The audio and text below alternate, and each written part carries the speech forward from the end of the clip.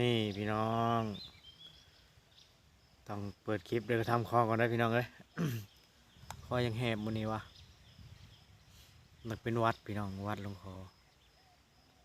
จิเก็บคอมันอ้อเปิดภาพมาก็อยู่ป่าอยู่ดอนคือเก่าเด้อพี่น้องเด้อมันออกมาหาตอนกคือเก่าอ้าวก่อนอื่นก็กล่าวทักทายสบายดีพ่อแม่พี่น้อง FC เบิร์ดสุขูสุคน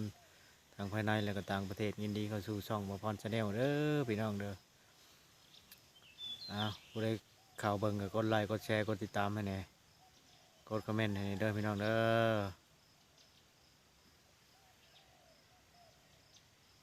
วันนี้ก็มาตอนออกมาลุ้นชมนำกันพี่น้อง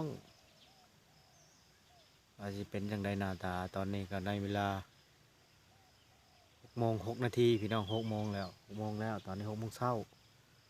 มาหอนแล้วพี่น้อง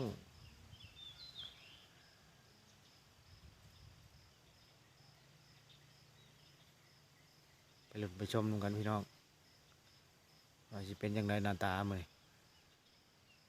ทอกมันคือเก่ามา2 อาจารย์พี่น้องมื้อนี้มากับพ่อเฒ่าแดงกับพ่อเฒ่าพี่น้องแต่ว่าแยกกันไปคนละบอลสิบ่ได้ไปถ่ายคลิปเด้อพี่น้องเด้อก็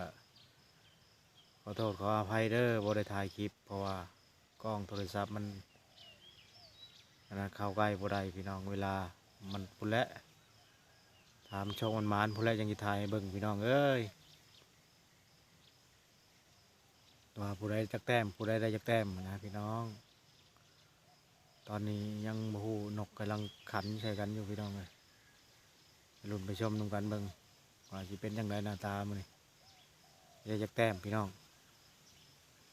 หากจากสีมีลมเด้อพี่น้องเด้อมื้อนี้ฮิวแต่เช้าแท้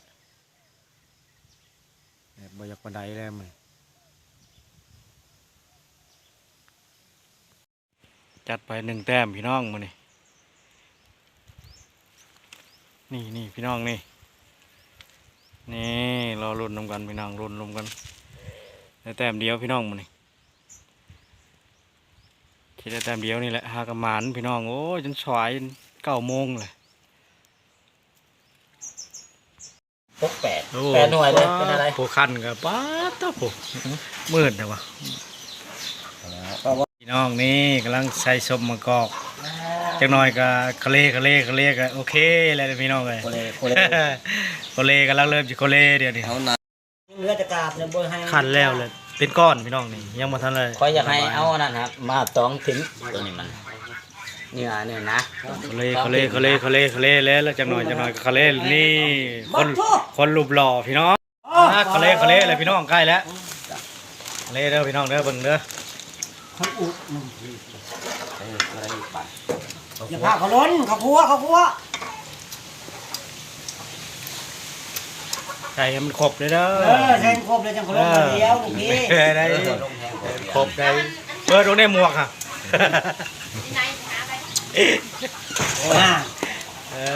ให้บักพี่น้องเอ้ยใกล้เลยได้นี่ไหนเพิ่มป้ากูแบ่งกันทั้งนี้บัตรนี้มันสุดท้ายบัตรสุดท้ายโปรตีนเลยเด้อกูแบ่งกับป้าเครื่องมาจะไทยธรรมดาเด้อเขาเลยพี่น้องสุดท้ายไปตื่นนั่งเด้อล่างมื้อนี้ฮันได้สัตว์ป่าได้มื้อนี้นี่ไปตอนของเขาได้สัตว์ป่านี่พวกนี้นะก่อนของเราหมอนี่หันมาน้ำซื้อมันบริกินมันโชว์ว่านี่